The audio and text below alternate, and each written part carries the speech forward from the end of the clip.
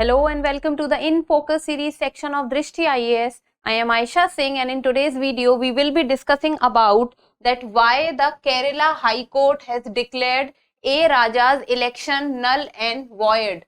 So what is the reason behind that Kerala High Court has null and void declared A. Raja's election? What is the reason behind it?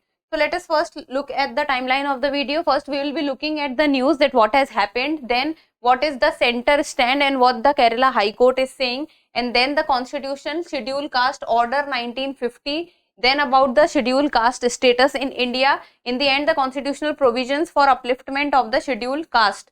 Then a prelims MCQ. This topic is of relevance from General Studies paper 2, that is issues related to Schedule Caste and Schedule Tribes. From exam perspective you should be able to know that what is Constitution Schedule Caste Order 1950, then what is the status at present and what are the constitutional provisions, because constitutional provisions have already been asked many a times by the UPSC. What has happened is the Kerala High Court has declared the election of CPIM legislator A. Raja from the Devikulam Assembly constituency in Idukki district as null and void. So what is the reason that the High Court is declaring a person's being a legislator as null and void? So what has happened is, since a long period of time, a demand has been going on that the people who were Dalits or who belonged to the scheduled caste earlier, the people of scheduled caste who transferred themselves or who converted themselves to either Christianity or Islam. So earlier what happened was, to protect themselves from the bad behavior of the society or from being insulated away by the society, there were many people from the scheduled caste who converted themselves into Christianity and Islam so that they can protect themselves and live a reputed life in the society, because Islam and Christianity does not have the concept of scheduled caste. So what happened was, now there are petitions being filed by many people that these people who have converted themselves from scheduled caste into Christianity and Islam, they should not get the benefits of scheduled caste, or they cannot file election on the seat of scheduled caste because they are no more scheduled caste and they have converted themselves into another faith. So the reservation that belongs to the scheduled caste community should not be given to them, and this is what is the matter here also, that the CPIM legislator A. Raja is a Christian and he is ineligible to contest from a seat reserved for members of the scheduled caste. So because now he is a Christian, he cannot fight from the seat which is reserved for a scheduled caste candidate. And Raja was a Christian who cannot belong to the SC community after he changed his religion, because Christianity does not come under the scheduled caste category. Now what has happened is, let us look at the center's stand. So I hope you have understood the matter, that our people who were earlier belonged to scheduled caste have converted themselves either to Christianity or to Muslims. Now they cannot get the benefits which is taken by the people who belonged to the scheduled caste, or the reservation which is given to the scheduled caste people. So what has happened is, what is the center's stand or center's take on this issue? So the center says that the scheduled caste status has not been granted to groups that claim to have been Dalits in the past but converted to Islam or Christianity.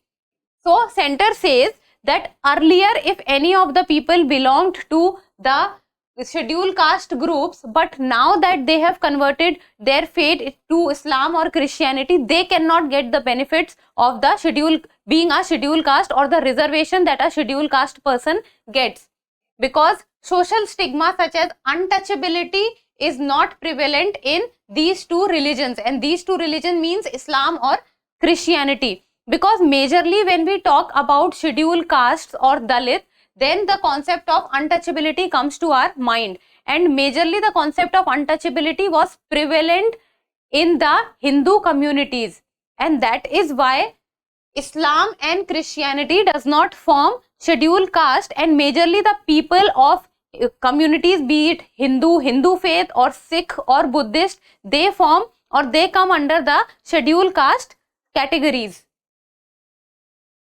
Now let's talk about the Constitution Scheduled Caste Order of 1950. What does Constitution say over this issue? So the Constitution Scheduled Caste Order was issued under Article 341 of the Constitution. Important point, that the Constitution Scheduled Caste Order comes under which article? So it is present in the Constitution and under the Article 341 of the Constitution.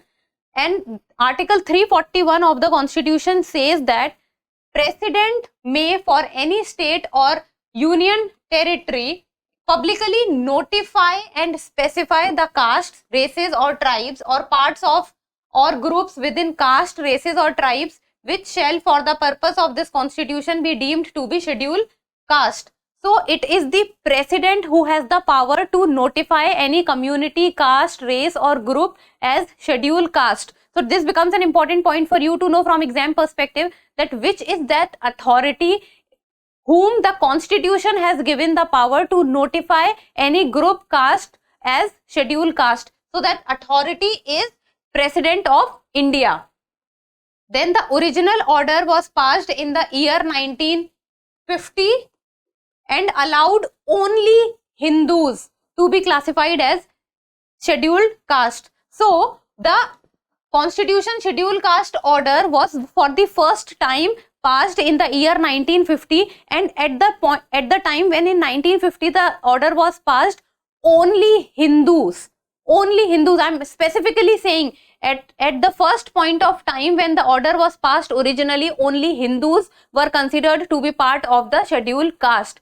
But after that this order was amended twice, and in the first amendment Sikhs were included in the category of scheduled caste or the Constitution Scheduled Caste Order in the year 1956, and then again one more time the order was amended and Buddhists became a part of this order in the year 1990. So originally only Hindus were a part of the Constitution Scheduled Caste Order, but then when the first amendment took place, Sikhs were included, and then the second amendment took place, and then the Buddhists were included in the order. And the Union government in 2019 rejected the possibility of including Dalit Christians as members of scheduled caste. So the Union government is saying that if a person has converted himself or herself from scheduled caste to Islam or Christianity, then the person cannot avail the benefits of being a scheduled caste, because the person has converted its fate by his or her own choice. Then rooting the exclusion on an imperial order of 1936 of the then colonial government, which had first classified a list of the depressed classes and specifically excluded Indian Christians from it. So even in the year 1936, the order which was given, the imperial order which was given by the colonial government at that point of time, they also in the year 1936 said that Indian Christians cannot be included in the depressed classes. Now let us talk about the status of scheduled caste, what is presently happening. So according to the Registrar General of India, that is RGI, they had cautioned the government that scheduled caste status is meant for communities suffering from social disabilities arising out of the practice of untouchability, which it noted was prevalent in Hindu and Sikh communities. So basically the major point here is, which is coming again and again, is the practice of untouchability. And the practice of untouchability was majorly practiced in Hinduism, and Sikhism and Buddhism is what has developed themselves from Hinduism. So it is basically the Hindu community. That is why I told you in the last slide that initially when the order was passed, it was only Hindus, and then when the amendment took place, it was Sikhs and Buddhists were included afterwards. So basically the point that we need to know, that the practice of untouchability, wherever it was practiced, there the concept of scheduled caste was there. Then such a move would significantly swell the population of scheduled caste across the country. So if that in India all the people who are part of Islam or Christianity and all the people who have converted themselves from scheduled caste or Hinduism to other religion, if every single person who have converted will get the benefits of being in the reservation of scheduled caste, or will get the reservation of the scheduled caste, or will get the status of the scheduled caste, then the population of the scheduled caste will increase drastically. And then the problem would arise, because now all the people who have suffered in the past because of the problem of untouchability and till now have been facing the repercussions of it, they are the people who should get the benefits. They are the people who have socially been excluded in the past should get the benefits of the scheduled caste, not every single person who have converted their fate also. So this was the problem which was being faced. And now the constitutional provisions for upliftment of the scheduled caste. Even the Indian constitution has talked about removing the untouchability and focusing on the development and the upliftment of the scheduled caste. So starting with Article 14 Clause 4 talks about special provisions for the scheduled caste advancement. Then Article 16 Clause 4A talks about reservation in matters of promotion to any class or classes of post in the services under the state in favor of SCs and STs. So even in promotion they might get advancement. Then Article 17, very important, which talks about abolishing untouchability. The only article which do not have any kind of restrictions to it and is permanent, that is Article 17, which talks about abolishing untouchability. Then Article 46 talks about to promote with special care the educational and economic interests of the weaker sections of the people, and in particular of the scheduled caste and the scheduled tribes. So the educational and economic interest, and this is basically the problem also which the people of the scheduled caste suffered from in the earlier times, that they were not getting the due or their due which in the society which they should be getting, and they were being excluded and were treated very badly by the people of the upper castes. So the people of the scheduled caste, their children cannot even get in earlier times proper education, and economic benefits were not there for them. So Article 46 talks about educational and economic interest of these people. Then comes Article 330 and Article 332. It provides for the reservation of seats in favor of the scheduled caste and the scheduled tribes in the House of the People and in the legislative assemblies of the state, so that the say of the scheduled caste and the scheduled tribe people can be presented in the democracy, and the epitome of democracy, that is the parliament, their representation should be there.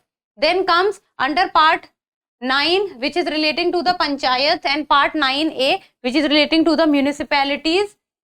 Reservation of scheduled caste and scheduled tribes in local bodies has been envisaged and provided.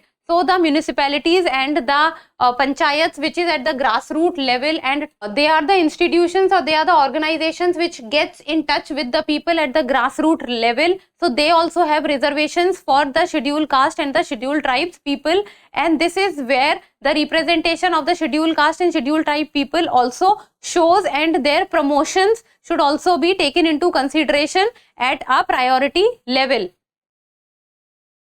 So in the end, a prelims MCQ, and you people need to tell me the answer in the comment section, and this says, consider the following statements. The Constitution Scheduled Caste Order 1950 was issued under Article 341, and Article 342 of the Constitution provides for specifying scheduled tribes. You have to tell about the correct one, and the codes are 1 only, 2 only, both 1 and 2, neither 1 nor 2. So you need to give me the answer. And see, basically whenever these kind of issues comes up, you need to know, don't focus on what is the politically, what is the issue which is going on. You need to know that what is the constitutional provisions related to these issues, because that is where the exam focuses on, and then you can look at that is there any fundamental rights, duties, constitutional provisions related to it, and then the status in the present scenario, and is there any kind of PILs or what the Supreme Court has said till now, or what are the orders related to it. Do not go into the political aspect of the news which is there, because many a times the political aspect is very interesting, and that is why the students or the aspirants are very much inclined towards it and forgets about what we need to focus on, because UPSC does not focus on the political issues. It focuses on the constitutional aspects of it. So that's all for today. Thank you so much for watching. Till we meet next time, keep reading and keep writing.